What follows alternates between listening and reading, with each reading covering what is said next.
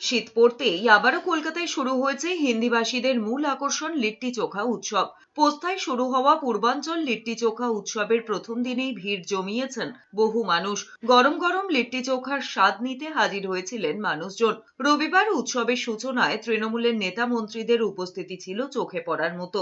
মন্ত্রী ফিরহাদ হাকিম, চন্দ্রিমা ভট্টাচার্য, অরূপ বিশ্বাস, শশী পাজার, সুজিত বসু, জাভেদ খান, সাংসদ সায়নী ঘোষ বাদ ছিলেন না কেউ। প্রত্যেকেরই বক্তব্য, পশ্চিমবঙ্গে জাতি ধর্ম বর্ণের ভেদাভেদ করে না তৃণমূল। প্রত্যেক সম্প্রদায় জাতির উৎসবে পাশে থাকে তৃণমূল। ইলিশ উৎসব খুব হচ্ছে পশ্চিমবাংলার ইলিশ উৎসব। কারণ বিহারি সম্প্রদায় জানতো না ইলিশ উৎসব কাকে বলে। এটা প্রথম শুরু করেন পরেশদা, এবং পরের ফলে কিছুদিন ওরা আন্ডারে কাজ করার সুযোগ ছিল আমার।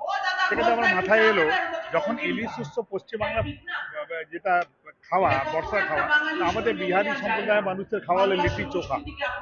ওখান থেকে এই কনসেপ্টটাকে আমি তুলে নিয়ে এলাম একটা সংস্কৃতি মেলবন্ধন করার জন্য। বিহার বেঙ্গলের লোকেদের একটা সাংস্কৃতিক মেলবন্ধন। আর তখন লোকেরা বলতেন আমাকে, এই লিট্টি চোখা কি? এখন সারা কলকাতায় লিট্টি চোখা ফেমাস হয়ে গেছে।